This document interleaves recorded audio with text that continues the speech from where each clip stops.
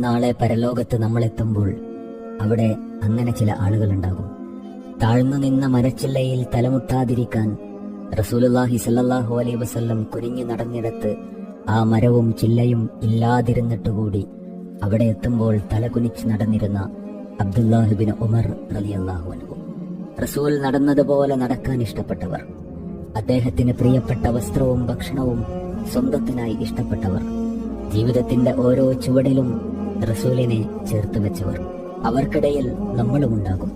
നഷ്ടപ്പെടുത്തിയ സുന്നത്തുകൾ കൊണ്ടെങ്ങനെ നാം നമ്മളുടെ പ്രിയ റസൂൽ സല്ലല്ലാഹു അലൈഹി വസല്ലമയുടെ അടുത്ത് ചെല്ലും? അവിടുത്തെ പേര് കേൾക്കുമ്പോൾ സ്വലാത്ത് ചൊല്ലാത്ത നാവുകൾ കൊണ്ടെങ്ങനെ അദ്ദേഹത്തോട് സലാം പറയും? ഒഴിവാക്കിയാൽ കുറ്റമില്ലാത്തത് എന്നല്ല, നഷ്ടപ്പെടുമ്പോൾ മനസ്സിനെ അസ്വസ്ഥമാക്കുന്നത് എന്ന തലത്തിലേക്ക് സുന്നത്തുകളോടുള്ള സമീപനം മാറണം.